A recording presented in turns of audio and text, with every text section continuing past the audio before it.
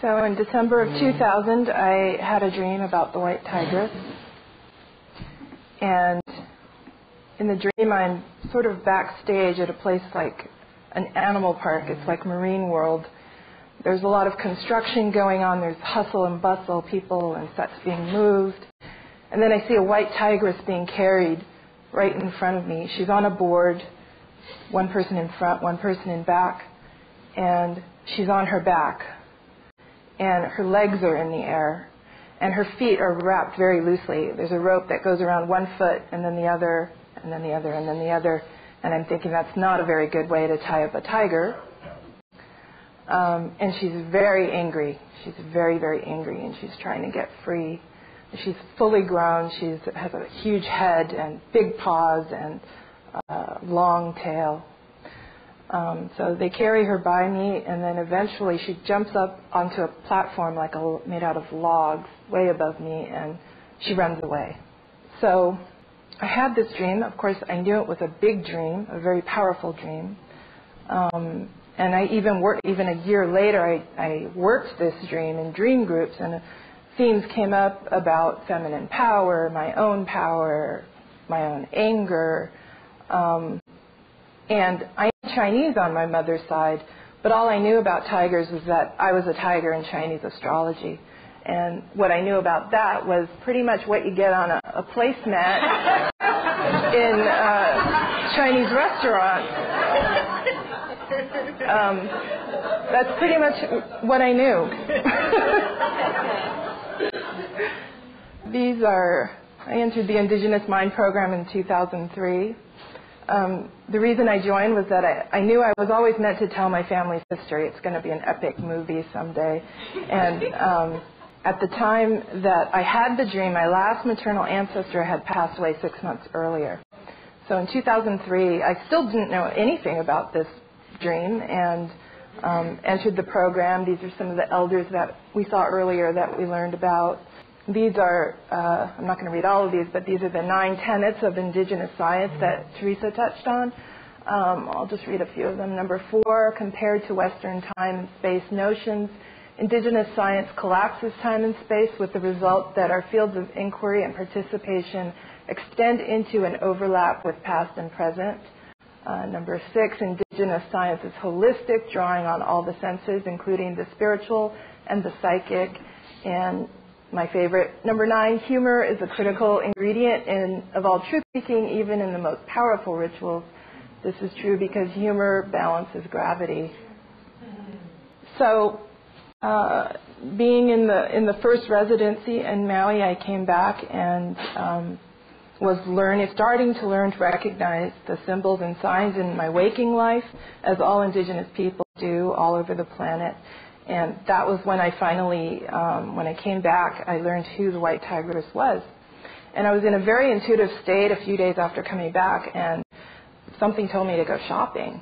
And I said, okay, it sounds really mundane, but I'm going to go shopping. And I ended up in a bookstore, and it was in there that I picked up a book and found out that the white tigress was a goddess in China. And her name, she's also known as Shi Wangmu. This is an image of her. And she's sitting on the throne of the tiger and the dragon, representing masculine and feminine. And she is the primordial earth goddess of China. And I had never heard of her at all, ever. And as I started reading about what the tiger meant in China, the tiger is actually, it's revered for its power, and it's also very maligned. If a girl was born in the year of the tiger, it was customary to say that she was born the year before or the year after. When I asked one of my teachers to translate a letter, I wanted to write a letter to my cousins and say, what do you know about the white tigress? They said, you can't ask about that. I said, what do you mean I can't ask about that? And he said, well, a white tigress is a woman who has sex with men and then kills them. So I couldn't ask about that.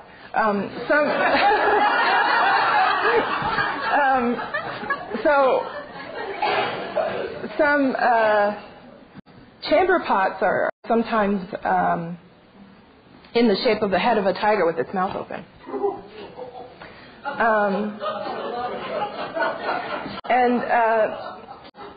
Shi Wang Mu, the goddess herself, has sort of been demoted over the last 1,000 years to being just, she's the queen mother of the West, but now she's like the wife of the king of the East. So how did that happen? I wondered. So these are my mother's ancestors. On the top left is my grandmother, my mother, and my great-grandmother. And this is me in the middle at the bottom with my mother and my grandmother. And they are from western China, about 2,000 miles inland on the Yangtze River, and just north of Chongqing, which is a very big city on the river. And in my research, I found out that the ancient people of that land were the Ba people, called the Ba people. This is a knife blade, and it depicts a tiger. And the characters have yet to be translated, so I don't even know what they say. But when I researched it, it turns out that the Ba people worship the white tigress. So the very people of the land of my ancestors worship the white tigress. The story about the Ba people is that the king went to the land and spoke to the goddess, the white tigress that was there, and the goddess said, we have all this beautiful tea, rice, silk, let's share it together. But instead the king of the Ba people killed the white tigress and then wore her skin. And to me, I found a parallel in that sort of with the Athena story, who killed the Medusa but then wore her image on her breastplate. So Medusa being an older earth goddess and Athena being a more patriarchal type of goddess. And so the worship of the white tigress has been diminishing from, it was very, people were fanatic. There were legions of devotees worshiping her. So what else happened? These are images of the women of the Tang Dynasty, which ended about 1,000 years ago, and these are images that I can kind of relate to. They're kind of larger sized Chinese women. They're active. Some of them play polo. There's other images of them playing musical instruments or dancing. Around this time also was the rise of Neo-Confucianism, and one of the tenets of Neo-Confucianism is regarding women is when she is young, she obeys her father. When she's married, she obeys her husband. When she's widowed, she obeys her son. So in my mind, there's a connection between the worship of Shi Wang Mu sort of going down and the rise of Neo-Confucianism. So what else was happening at this time? Foot binding started around 1,000 years ago, and it started as a fad. These aren't my ancestors, they're representations of people with bound feet. And although I always knew that Chinese women had bound feet, it never, ever occurred to me that my own maternal ancestors, my own female ancestors had bound feet. It never occurred to me. And I only found out after they had all passed away that the last woman with bound feet in my family was my great-great-grandmother. Okay, the next image is kind of graphic. It shows what happens to feet when they're bound. So in my dream, the rope around the tigress's feet was loosening and unwinding, and she gets loose. And she was angry. And interestingly, in my family, my great-great-grandmother, the last one with bound feet, was the only person considered to be really nice in my family. Like, she would never hit the kids or anything like that.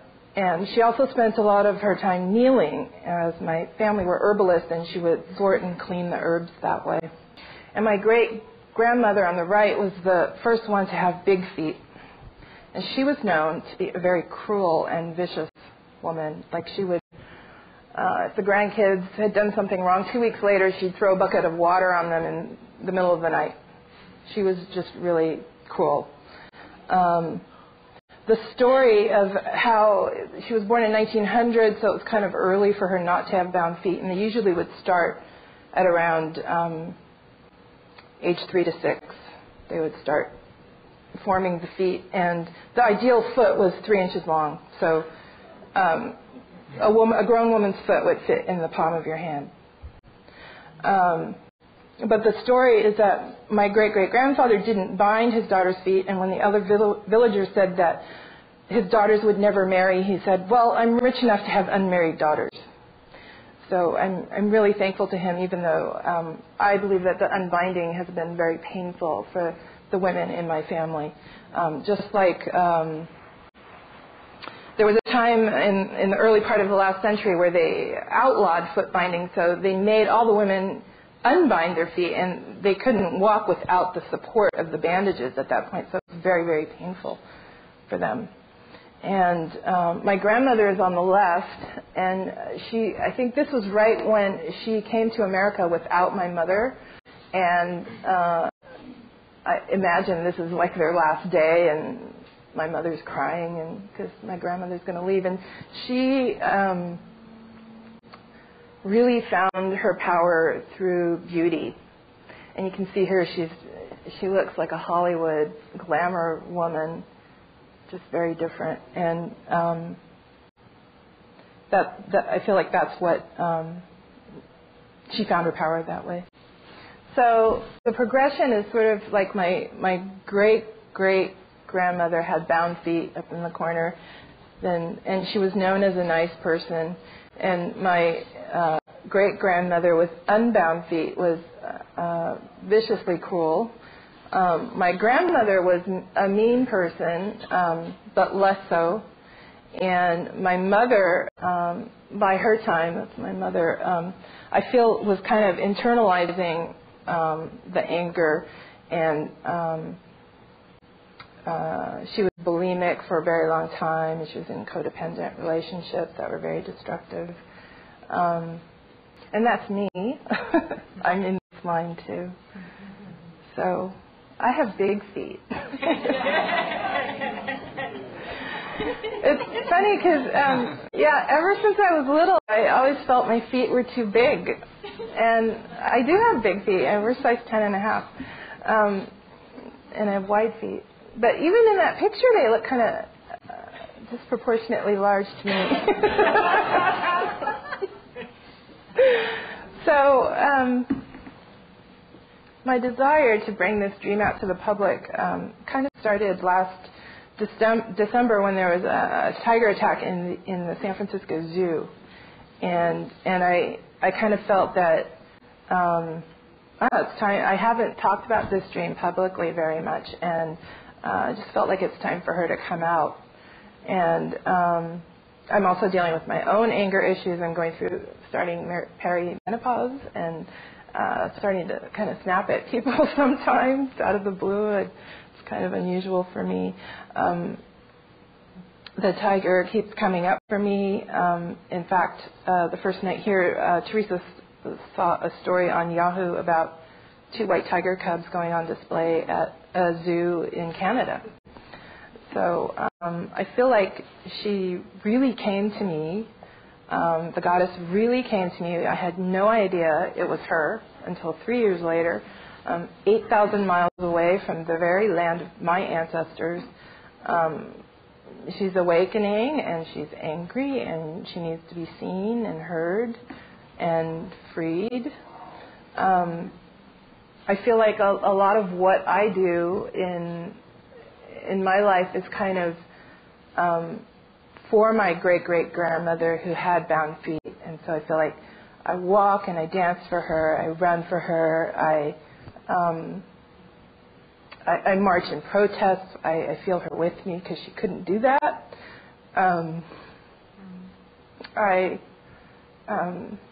Starting to participate in very short triathlons, and I feel a lot of what I do is because she couldn't do them. And so try to live my life unbound and free. Thank you.